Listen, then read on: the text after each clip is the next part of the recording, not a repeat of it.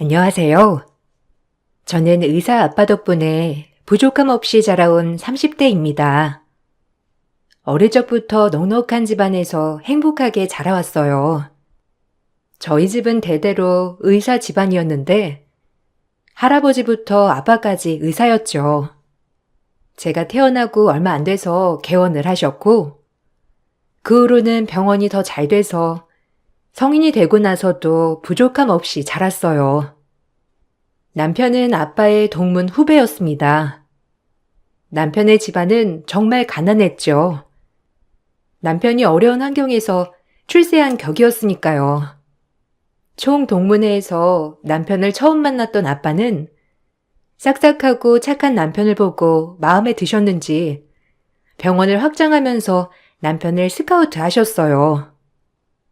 그렇게 아빠 병원의 의사였던 남편이랑 몇 번 만나게 되면서 친해졌고 저희는 연인이 되었습니다. 저희가 연애를 하는 것을 알게 되셨던 아빠는 누구보다 기뻐하셨고 결혼을 하겠다고 하니 더욱 좋아하셨어요. 뭐든 하나부터 열까지 다 해주시겠다고 했지만 저는 제 스스로 결혼을 하고 싶었습니다. 이런 저의 뜻이 마음에 들지 않으셨는지 시댁에서는 하나부터 열까지 모두 요구를 하셨어요. 당연하듯이 혼수 예단을 받고 싶어 하셨죠. 하나밖에 없는 아들 결혼하는데 너는 이런 집에 시집을 오면서도 아무것도 안 하고 온다는 게 말이나 된다고 생각하냐? 나는 그런 결혼은 듣도 보도 못했어. 하물며 우리 아들이 다른 것도 아니고 그 잘난 의사인데 다른 집에서는 집이며 차며 여기에 병원까지 개원해 준다고 하는데 너는 아무것도 없이 딸랑 몸만 오는 게 말이나 되는 소리냐고. 너희 집에서는 네가 그런다고 해도 아무 말도 없디? 엄마, 왜 그래? 무슨 소리를 하는 거야? 수인의 집에서 집도 다 해주고 결혼식 비용이며 신혼여행 비용까지 다 해준다고 했어. 엄마 솔직히 말하면 내가 빈손으로 지금 장가가는 거야. 나처럼 빵빵한 집안에 장가가면서 아무것도 안 하고 장가가는 사람은 없어. 엄마 그런 식으로 너무 말하지 마. 다른 사람들은 우리 결혼하는 거 듣고서 오히려 나한테 뻔뻔하다고 할지도 모른다니까. 얘는 넌 누구 편이니? 그리고 뭐가 뻔뻔하다는 거야? 아무리 우리가 없이 살았다고 하더라도 주변에서도 결혼하는 거 뻔히 듣고 아는데 솔직히 수인의 아빠나 의사지. 수희가 뭐 잘난 게 있다고 그러니? 고작 조그만 회사 다니면서 살고 있는데 넌 자긴 돈으로 생활할 거야? 앞으로 네가 번 돈으로 살림하는데 당연히 시집 오면서 뭐라도 해야 할 거 아니니? 그리고 해주는 집도 새 집도 아니라면서. 전에 전세 주던 집이라고 하는데 꼴랑 그거 받는다고 좋아해야 하니? 아유, 엄마 진짜 왜 그래? 이미 장인어른께서 나한테 분에 넘치게 많이 해주셨어. 엄마도 잘 알잖아. 지금 타고 다니는 차도 솔직히 어느 병원에서 의사한테 타고 다니라고 차를 줘. 업무용이라고 말만 하고 솔직히 그냥 나한테 차 한 대 뽑아주신 거지. 이런 거 하나하나 다 따지면 오히려 내가 더 작아져. 엄마 자꾸 그런 쓸데없는 소리 하지 말고 그냥 넘어가자. 나 수인의 집 볼 면목 없어지는 거야, 엄마. 다시 그런 말 하지 마. 어머님, 저도 어머님이 어떤 부분을 걱정하고 계시는지 잘 알고 있어요. 사실 저도 처음에는 그냥 저희들 스스로 결혼 준비를 해야 하지 않을까 생각을 했었는데 저희 집에서도 그건 예의가 아니라고 하셔서 아마 부족하지 않게 잘 챙겨서 보내드릴 거예요. 그렇지만 익준 씨도 그렇고 예단이나 혼수는 따로 준비하지 않고 그대로 쓰던 거 쓰기로 했어요. 그건 저랑 익준 씨 모두 의견 동일하니까 너무 서운해하지 마세요. 제가 앞으로 잘할게요. 아휴, 그나마 부잣집이라고 해서 좋아했더니만 영 알맹이가 없는 곳은 아닌가 보다. 아무리 주고받는 게 없다고 하더라도 기본은 해야 하지 않겠니? 그게 우리고 너네 집이고 면이 사는 거니까. 어쨌든 익준이가 이렇게 불편해하니 내가 한 번은 넘어가마. 그렇지만 앞으로 우리 집안이 가난하다고 해서 얕보거나 그런 낌새라도 있으면 나 가만히 안 있는다. 며느리로서 해야 할 도리는 하면서 살아야 하는 거야. 결혼을 하기 전이었지만 시모는 제 길을 잡으려고 애를 쓰셨죠. 남편은 처음에 중재를 잘해줬어요. 시모가 선을 넘는다 싶을 때면 한 번씩 시댁으로 가서 뒤엎어 오는 듯 조용해지곤 했습니다. 처음에는 무례한 요구를 하시기도 했지만 어느 순간부터 시댁의 요구가 사라졌고 그렇게 조용히 결혼을 할 수 있었어요. 그런데 막상 결혼을 하고 보니 시댁 식구들은 뻔뻔한 태도를 보였습니다. 남편은 홀시모의 어린 여동생이 있었는데 특히나 여동생은 신혼집에 자꾸 찾아와 허락 없이 제 물건을 함부로 사용하고 가지고 가곤 했었죠. 아가씨, 혹시요, 오늘 집에 왔었어요? 안 그래도 물어보고 싶은 게 있었는데 집에 택배 온 거 아가씨가 혹시 뜯어보셨어요? 오늘 화장품 택배로 오는 게 있었는데 물건이 반만 있고 나머지 반은 없어져가지고요. 경비실에 물어보니까 아가씨가 택배 들고 집 안으로 들어가는 게 찍혀 있다고 해가지고 여쭤봐요. 혹시 택배 처음 받았을 때부터 뜯어져 있었던 거예요? 아, 그거요? 그거 내가 가져갔어요. 언니 그렇게 좋은 거 쓰고 있으면서 저한테도 좀 나눠주지 그랬어요. 저 요즘 피부 트러블 때문에 스트레스 엄청 받고 있는 거 알지 않아요? 그리고 그 화장품 언니가 다 쓰기에는 너무 많아 보여가지고 내가 몇 개 들고 왔어요. 안 그래도 물어보려고 했는데 어차피 언니는 집에 화장품 쌓아만 두고 다 쓰지도 않잖아요. 나중에 유통기한 지나가지고 버릴 바에 내가 좀 쓰는 게 낫죠 뭐. 아, 아가씨.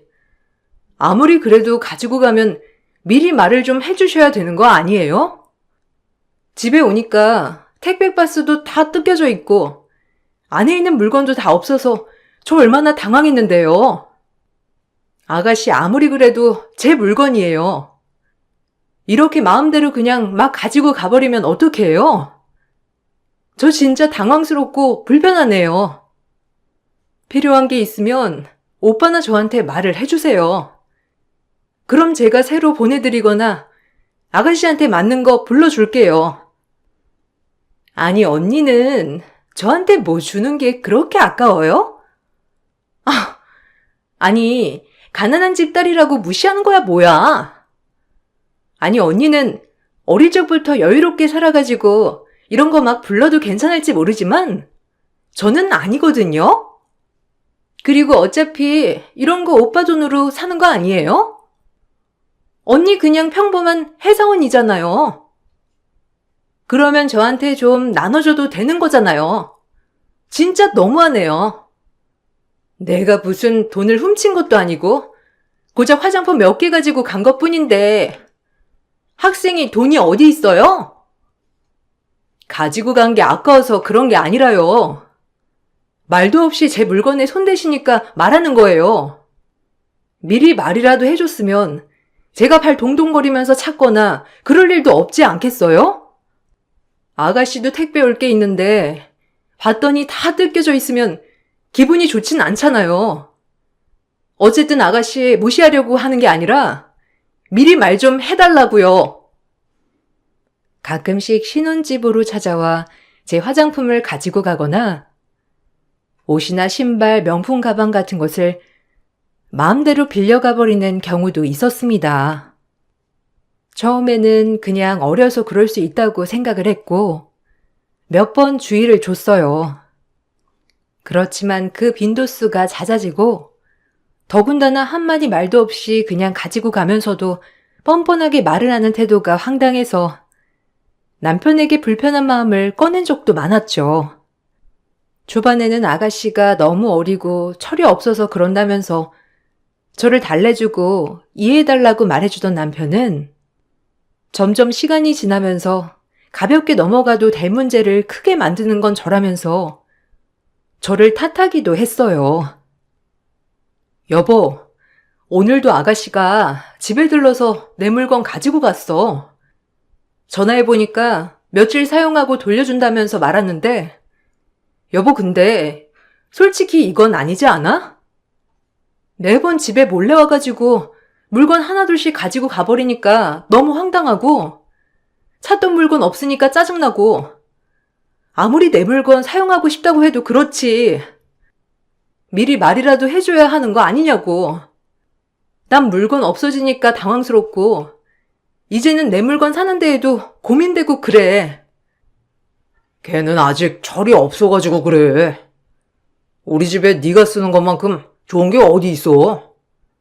솔직히 걔 친구들은 다 좋은 물건 쓰는데 걔는 넉넉하지 않으니까 매번 싸구려 물건만 썼으니 더 그렇겠지. 한창 꾸밀 나이잖아. 그럴 수 있지 뭐. 당신이 그냥 이해해주면 안 되겠어? 물건값은 내가 당신한테 줄게. 그러니까 그냥 넘어가 줘. 걔도 나이 들면 그러지 않을 거야. 내가 전화해서 뭐라고 해줄 테니까 이번만 좀 넘어가. 아무리 그래도 이건 아니지. 벌써 몇 번째인지 모르겠어. 집에 올 때마다 물건도 다 사라져 있고, 솔직히 내가 아끼는 물건도 있었는데 그래도 참았어. 별말을 안 하니까 점점 그 정도가 심해지는 거 아닐까 싶기도 하고, 내가 한번 따끔하게 말을 해야 할 것 같아. 좀 참아주면 안 되겠어? 그냥 가볍게 넘어가도 될 문제를 당신은 너무 크게 만드는 경향이 있어. 걔가 물건을 훔친 것도 아니고 나중에 다 돌려주잖아. 그리고 당신이 매일 그 물건들 다 사용하는 것도 아니면서 왜 그래? 몇 달 동안 쓰지도 않는 물건 다 쌓아놓고만 사는데 필요한 사람이 쓰는 거잖아. 그게 뭐가 이상해서 그래? 우리 가족이야. 그냥 좀 너그럽게 생각해. 당신은 다른 사람이 빌려달라고 하면 쿨하게 빌려주면서 유난히 우리 동생이 빌려달라고 하면 더 예민하게 생각하는 것 같아. 난 솔직히 이게 더 서운해. 아니, 그거랑은 다르지. 나한테 부탁하는 사람들은 그냥 부탁하는 게 아니고 미리 며칠 전에 양해 구해서 빌려가거나 빌려간 후에도 뭔가 보답을 하거나 감사한 마음을 표현한다고.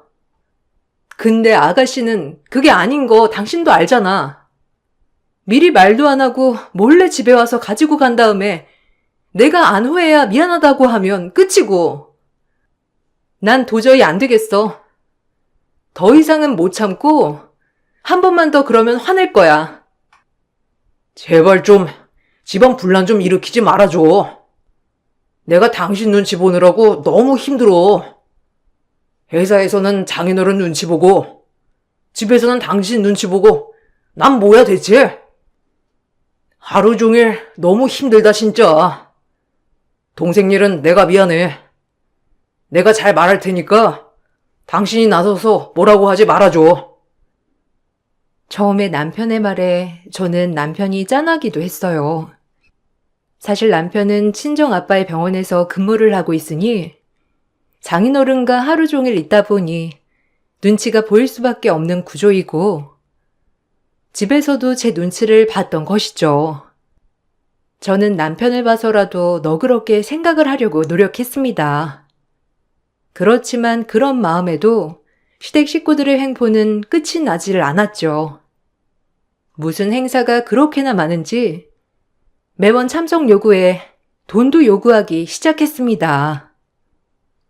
예, 이번 주말에 동네 잔치하는 거 알고 있니? 아무래도 내 아들이 제일 잘 나가지고 동네 사람들이 다 기대하고 있는 모양이다. 아들이 직접 못 오니까 그날은 네가 와서 음식 서빙도 좀 하고 동네 사람들이랑 좀 어울려서 지내렴. 다들 며느리는 코빼기도 안 보인다면서 한마디씩 하는데 정말 내가 창피해서 이번에는 꼭 와서 일 좀 해. 우리 집에서 음식 준비하기로 했으니까 준비 비용도 넉넉하게 보내고. 네? 그게 갑자기 무슨 소리세요? 갑자기 무슨 행사를 하신다는 거예요? 남편은 알고 있는 거예요? 어머님 근데 죄송한데 저도 주말에 일정 있어서 못 가요. 이번 주말은 제가 당직이라서 근무해야 하거든요. 갑자기 이렇게 말씀해 주시면 저 일 뺄 수 없어요. 일정 있으니까 직접 가서 일은 못하고 필요하신 비용은 말씀해 주시면 제가 보낼게요. 아니 너는 시어머니가 오라면 올 것이지 무슨 말이 그렇게나 많니? 세상 천지에 너 같은 며느리가 어디 있어? 다른 집 며느리들은 주말이면 죄다 시댁으로 와서 빨래하고 집 청소하고 밥하고 그런다는데 너는 뭔 일이 있어도 온다고를 안 하니 원. 너네 집 잘 산다고 우리 집 무시하는 거야 뭐야? 아니면 시아버지 없다고 시어미 무시하는 거니? 아이고 내가 지아비 먼저 보낸 것도 서러운데 며느리까지 이렇게 개무시를 하니 제명에 못 살지 못 살아. 어머님 왜 그렇게까지 말을 하세요? 그런 뜻이 아닌 거 아시잖아요. 저도 일하고 있고 주말에도 근무해야 할 때도 있어요. 미리 말을 해주셨으면 저도 회사에 말을 하겠지만 지금 내일 모레 바로 가야 하는 거잖아요. 이렇게 되면 일정 조정하기가 쉽지 않아요, 어머님. 제가 남편한테 말해볼게요. 아빠한테 말씀드리면 주말 근무 쉬라고 할 수도 있으니까 저 대신 남편 보고 가라고 할게요. 너는 동네 사람들이 바쁜 의사 아들은 오고 며느리는 안 온 거 보면 뭐라고 할지 생각도 안 해봤니? 잘난 집안에 장가 보내더구먼. 대리사이 됐다고 안 그래도 다들 수군거리는데 아주 그냥 소문에 세기를 박아라 박아. 아이고 진짜 내가 며느리를 상전으로 보시는구나. 됐고 그럼 돈이라도 넉넉히 보내라. 내가 너랑 전화통화를 하면 열불이 다 터져서 못 살겠다 정말. 시모는 마치 내가 5분 대기조처럼 당장이라도 부르면 와야 하는 존재라고 생각을 했어요. 그렇지만 저도 본업이 있었기 때문에 일정이 있을 때에는 시모의 요구를 다 들어줄 수 없었는데 그럴 때마다 시모는 시댁이 못 살아서 며느리가 무시하는 것이라고 말을 하곤 했죠. 그러던 중 아빠가 지병이 악화되시면서 일을 하지 못할 지경이 되셨어요. 그러면서 남편은 아빠를 대신해서 병원 전반적인 일을 하기 시작했습니다. 원래 대표였던 아빠는 몸이 점점 나빠지면서 병원 일에 대해서 고민을 많이 하셨어요. 양서방, 지금 자네가 있어서 그나마 다행이긴 하지만 사실 내가 언제 건강이 더 나빠질지 모르는 상황에서 고민이 좀 많네. 병원 일을 내가 꾸준히 볼 수 있는 상황도 아니고 말이야. 그렇다고 편히 쉴 수 있는 것도 아니고 병원 일을 어떻게 해야 할지 모르겠구만. 내가 대표 자리를 계속하긴 어려우니 양서방이 공동대표로 병원 일을 도맡아 해보는 건 어떻게 생각하나? 아버님, 감사합니다. 제가 열심히 잘 운영해 보겠습니다. 아버님 쾌차하시고 다시 병원으로 돌아오실 때까지 문제없이 잘 운영을 해보겠습니다. 그래도 아무래도 대표 자리라는 게 아버님이 그냥 주신다고 해서 받는 건 아니더라고요. 병원 대표 자체가 아버님이시다 보니까 서류나 이런 걸 작성하거나 처리를 하는데 어려움이 있더라고요. 그래서 말인데 아버님이 쾌차하시기 전까지 제 단독 대표로 운영하시는 건 어떠신지요? 아, 그런가? 그 부분이라면 내가 자세히 신경을 못 썼네. 그래도 병원에서 대표원장으로 나랑 자네가 있으면 자네 혼자만으로도 처리를 할 수 있을 거라고 생각을 했는데 그게 아닌가 보구먼. 그럼 자네 단독으로 대표직을 갖는 게 낫다는 소린가? 어쨌든 나도 잘 알아보고 서류 정리도 조만간 하지. 양서방, 잘 부탁하게나. 그래도 내가 몇십 년 운영하던 병원인데 자리를 이렇게 비우게 되어서 아쉽구만. 내가 쉬는 동안 열심히 몸 관리해서 다시 돌아가야지. 물론 그러셔야죠. 제가 병원 안정적으로 잘 운영하겠습니다. 아버님 명성에 누가 되지 않도록 노력할 거예요. 아버님은 걱정하지 마시고 건강 회복하는 데 집중하세요. 병원 일에 전혀 신경 쓰지 않아도 될 정도로 잘 하겠습니다. 아빠, 그래도 아빠, 서류 정리는 아직 좀 이른 거 아니야? 아무리 그래도 병원은 아빠 보고 오는 사람들도 많은데 대표가 바뀐다고 하면 소문도 금방 나고 그러지 않겠어? 나는 그런 게 너무 걱정되는데. 안 그래도 이번에 병원에서 아빠 많이 아프시다고 소문났다고 하지 않았어? 어차피 남편도 아빠한테 병원 일 보고도 해야 하니까 대표 자리까지 다 정리하지 않는 건 어때? 당신이 뭘 몰라서 그렇지. 병원에서도 행정 처리해야 할 게 얼마나 많은데 그래. 공동대표면 동의서도 계속 써야 하고 매번 아버님 대리인으로서 서류 정리하고 행정 처리하는 게 쉬운 게 아니야. 차라리 아버님께서 신경 안 쓰시고 건강 챙기는 게 낫지. 내가 아예 대표직 갖겠다는 게 아니라 임시로 바꾸는 거야. 나중에 아버님 건강 되찾으시면 다시 드리면 되는 거고. 아버님, 저도 뭐 공동대표 괜찮습니다. 전 그냥 병원 행정 처리가 걱정돼서 그런 거예요. 아빠는 남편을 전적으로 믿으셨고 대표 자리까지 바꾸겠다며 말을 하셨지만 저는 뭔가 찜찜한 기분에 공동대표를 우겼고 결국 제 뜻대로 아빠와 남편이 공동대표로 올라가게 되었습니다. 시댁에서는 남편이 대표가 되었다는 사실을 알고서는 너무나 기뻐하셨죠. 아이고, 장한 우리 아들. 드디어 병원 원장이 되는구나. 너무 장하다. 네 장인 아프기 시작하면서 온통 병원 일은 우리 아들 차지가 되니 너무 힘들겠다. 안쓰럽고 그랬는데 그래도 이렇게 원장 자리 내어주니까 야속했던 마음이 좀 풀리긴 하는구나. 수희 너도 남편한테 잘해라. 장인 아프면서 그 뒷정리 다 우리 아들이 한 거 아니니? 네가 잘해야지. 엄마, 이제는 엄마도 고생 끝이야. 내가 대표 원장이니 엄마도 이젠 고생하지 말고 집에서 쉬어. 이게 다 엄마 덕이야. 언제 엄마한테 보답하나 싶었는데 이렇게라도 보답할 수 있어서 다행이네.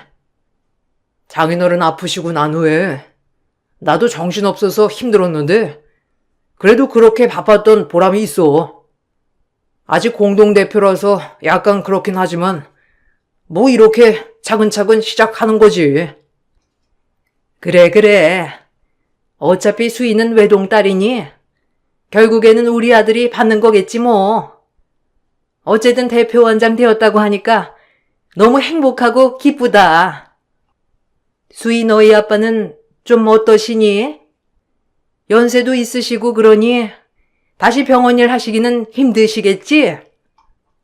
차라리 잘 됐지 뭐. 이참에 병원 우리 아들한테 다 넘기고 은퇴하시는 건 어떠시니? 너희 엄마랑 같이 여행 다니시면서 쉬시는 게 낫지 않아? 병원 남줄 것도 아니고 일찌감치 사이한테 주라고 하고. 어머님, 지금 무슨 소리를 하시는 거예요? 아빠 돌아가신 것도 아닌데 뭘 물려주라는 거예요? 지금 아빠 잠깐 아프신 거예요. 다시 건강하게 일어나실 거고요. 그런 소리 하지 마세요. 남편도 지금 잠깐 대표원장 자리하고 있는 거지. 아빠도 아직 대표원장이에요. 어머님 그렇게 말씀하시면 제가 너무 서운하죠. 어머머, 내가 무슨 말을 했다고 서운하다는 거야? 그냥 아버지 연세도 있으시고 좀 쉬시라고 한 것뿐인데 너 너무 예민하게 받아들이는 거 아니니? 아무튼 고생하고 있는 건 우리 아들이고 솔직히 이제는 아들 보고 오는 환자들도 많잖니. 아버님 연세도 있어가지고 병원 오는 사람들도 애초에 말이 많았잖아. 이제는 좀 젊은 피로 병원 바꿔야 하는 거 아니니? 그리고 너는 남편이 잘 돼야 하는데 아직까지 아빠 하고 있어? 어머님, 그 병원 아버지가 20년 넘게 운영하셨던 곳이에요. 그 기간 동안 꾸준히 오시는 분들도 많이 계시고요. 남편에게 물려주신다고 하더라도 그건 아버지가 돌아가시거나 그랬을 경우고요. 아빠 괜찮아지시면 다시 병원 일 보신다고 하시는데 어머님은 마치 다시 돌아가시지 않으셨으면 좋겠다고 하시잖아요. 시모는 은근히 아빠가 돌아오지 않기만을 바라는 듯 했습니다. 그런 시모의 속셈을 알고 있었던 저는 정성으로 아빠를 간호했고 다시 자리에서 일어나시기만을 기다리고 있었죠. 그렇지만 제 바람과는 다르게 아빠의 상태는 점점 심각해졌습니다. 결국 아빠는 다시 못 일어나시게 되었어요. 아빠의 장례가 치러지고 저와 엄마는 큰 슬픔에 빠졌습니다. 장례식장에서 찾아오시는 모든 분들이 슬픈 표정이었는데 유독 시댁 식구들과 남편은 무슨 재미있는 일이 있는지 시시덕거리면서 즐겁게 있더라고요. 그 이유는 장례가 끝나고 나서 얼마 지나지 않아 알게 되었습니다. 장례가 끝나고 며칠 뒤 20년 동안 아빠와 일을 하셨던 간호사 선생님께서 갑자기 전화를 해오셨고 병원에 빨리 와봐야 할 것 같다며 말을 하셨습니다. 병원에 급하게 찾아가 보니 내부부터 밖까지 싹 바뀌고 있었죠. 병원 간판은 아빠의 이름에서 남편의 이름으로 바뀌었고 간호사들마저 그동안 일하던 간호사들은 모두 해고하고 다른 사람들로 고용할 것이라 통보가 내려왔습니다. 당신 도대체 이게 뭐 하는 짓이야? 누구 허락받고 병원 간판을 바꾸는 거냐고. 지금 제정신이야? 아빠 돌아가신 지 일주일밖에 지나지 않았어. 그런데 지금 병원 간판을 바꾼다는 게 말이나 돼? 당신 진짜 뭐 하는 거야? 해도 너무한다 진짜. 장례식장에서도 당신이며 당신 식구들이며 내내 시시덕거리면서 말했던 게 이런 거였어? 이런 것 때문에 당신 그렇게 신나 있었던 거니? 아, 그럼 돌아가신 분 이름으로 계속 병원 운영할 거야? 당신이야말로 생각이 있는 거냐 없는 거냐? 돌아가신 지 일주일이든 한 달이든 해야 할 일은 해야지. 병원에서 아버님 기리기라도 할 거야? 아버님 돌아가신 게 그렇게 슬프면 여기서 이러지 말고 집에 가서 슬퍼해. 여기에서 이렇게 난리 피우지 말고. 뭐? 누구 맘대로 병원 간판을 바꾸는 거야? 그리고 간호사들도 왜 당신 마음대로 자르는 건데? 20년 동안 아빠랑 같이 일했던 분들이야. 다 실력 있으신 분들이고 하루아침에 그냥 간두라고 하는 게 지금 말이나 된다고 생각해? 당신 아빠 돌아가셨다고 당신 여기 병원 대표라도 되는 줄 알아? 당신이야말로 헛짓거리 하지 말고 당장 그만둬. 다 절차라는 게 있는 거야. 참나, 뭘 모르는 건 당신이지. 당연히 공동대표에서 아버님 돌아가셨으니 이제 내가 단독 대표가 되는 거고, 그리고 이미 아버님 돌아가시기 전에 내가 단독 대표로 있었어. 이거 왜 이래? 뭘 모르면 가만히나 있어. 그리고 당신은 남편이 잘 되는 게 그렇게 꼴사납니? 내 앞길에 거리적대지 말고 좀 꺼져. 공동대표하라고 바득바득 우기는 것도 재수 없었는데 끝까지 재수 없어가지고, 채! 남편은 제가 자신의 앞길을 막고 있다면서 저에게 막말을 퍼부었습니다. 병원에서 쫓겨나듯이 나온 저에게 남편은 이혼 소장을 보내왔죠. 소장을 받아들고는 저는 너무나 어이가 없었습니다. 남편의 이혼 청구는 저와 친정 식구들의 부당 대우로 인한 것이었어요. 교모하게 증거들을 짜집어 제출을 했는데 마치 저와 부모님이 남편을 괴롭혀왔던 것으로 보였습니다. 이혼을 청구하자마자 시모는 저에게 전화를 해와 조롱하기도 했어요. 그 잘난 콧대 아직까지 살아있나 어디 한번 보자. 지금까지 그렇게 우릴 무시하더니만 네 잘난 아비 죽고 지금까지 그 꼴을 좀 봐라. 네 엄마는 뭐 할 줄 아는 게 있긴 하니? 그러게 사람 무시하지 말라고 하지 않았니? 네가 바짝 엎드려서 시댁에 잘했으면 내가 이렇게까지 했겠어? 우리 아들이 참다 터뜨린 거야. 그러니까 네 업보라고 생각하고 받아들여. 그 말씀 하시려고 저한테 전화하신 거예요? 제 업보라고 하셨어요? 지금 전화 잘못하신 것 같습니다. 그 말 그대로 당신 아들한테 전해주세요. 그 병원 정말로 당신 아들 병원이라고 생각하는 모양인데 착각 속에 살고 계시네요. 당신들이야말로 진짜 뻔뻔하고 어이가 없습니다. 돈이 없는 건 어쩔 수 없다고 생각을 했었는데 인성이 부족한 건 용서가 안 되네요. 저도 참을 만큼 참았습니다. 네가 뭘 참아왔다는 거니? 지금껏 네가 하고픈 대로 다 하고 살았잖아. 그렇지 않고서야 바득바득 공동대표를 올리고 네 아비 뒤처리 우리 아들한테 하라고 시켰겠니? 네가 뭔 말을 하든지 어차피 법원에서는 다 알아서 처리해 줄 거야. 나중에 결과 듣고 땅치고 후회하지 말고 지금 사과해. 그럼 좀 봐달라고 내가 우리 아들한테 말해줄 테니까. 사과는 당신네들이 해야 할 겁니다. 아마 며칠 후에 당신들도 소장 받을 거예요. 그거 받아들고서 후회나 하지 마세요. 당신들이랑 한마디 말도 섞고 싶지 않지만 이 말은 꼭 해야 되겠네요. 지금까지 내가 그렇게 노력해왔던 게 헛수고라고 생각하니 어이가 없지만 제발 주제를 알고 사세요. 저는 그동안 남편과 시댁이 해왔던 만행을 모두 까발렸습니다. 남편은 아빠가 자리에 눕고 난 후에 인감도장을 가지고 행정 처리를 해왔었죠. 그렇지만 아빠가 돌아가시기 전에 동의 없이 단독 대표로 전환을 했던 것이었고 사업자 명의도 바꿔버렸던 것입니다. 거기다가 20년 넘게 일을 했던 간호사 선생님은 그동안 남편과 시모가 병원 자금을 개인적인 용도로 사용해왔다는 사실을 증언했는데요. 이에 대한 자료도 모두 확보를 하고 두 사람을 고소했습니다. 두 사람은 횡령으로 고소를 하고 저는 시댁 식구들의 부당 대우 등을 토대로 역으로 남편에게 이혼을 청구했습니다.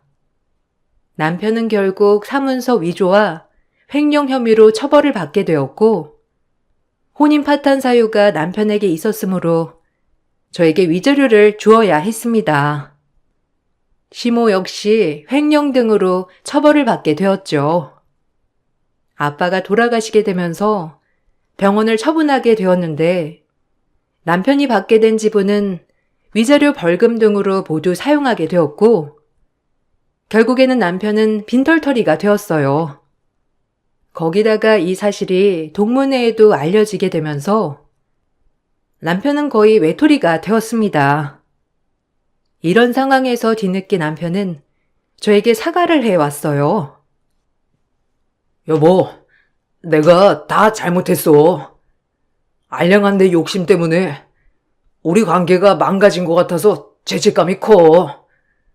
아버님께도 너무 죄송하고 어머니께도 너무 죄송하고 나한테 한 번만 기회를 줘. 앞으로 정말 잘할게. 내가 아버님 이름으로 병원 오픈할게. 당신 아버님 지분으로 받은 자금 있지? 그거 나한테 투자해줘. 그걸로 내가 열심히 병원 운영해서 당신이랑 어머님 내가 책임질게. 헛소리 좀 작작해. 이미 한번 뒤통수 친 사람을 뭘 보고 믿으라고 하는 거야? 중환자실에 입원했던 아빠 인감도장 사용해서 병원 한번 차지하려고 했나 본데 그때 그렇게 난리를 피웠던 이유가 그래서 그런 거였니? 내 앞길 막지 말라고 고래고래 소리 지르던 사람은 어디 갔니? 헛소리 하지 말고 내 앞에 나타나지 마. 당신 왜 그래? 이런 사람 아니었잖아. 내가 잠시 대표 자리에 눈이 멀어서 그랬던 거야. 근데 이렇게 시간 지나고 보니까 내가 미쳤었던 것 같아. 내가 잘못했어. 내 과오는 당신한테 보답하면서 더 뉘우칠게.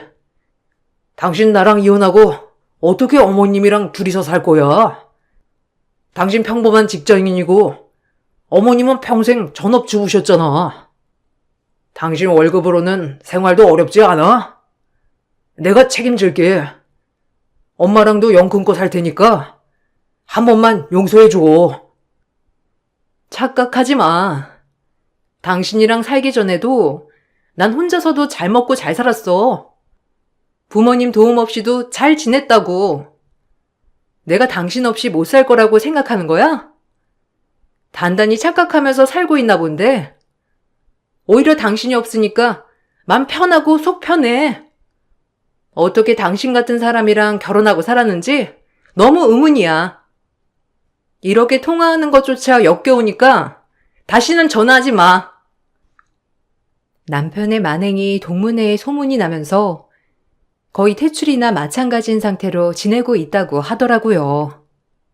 몇 번이고 저에게 연락도 오고 찾아오기도 했지만 그간 남편과 시댁이 해온 만행을 생각하면 절대로 받아주면 안 되겠다 생각하고 있어요.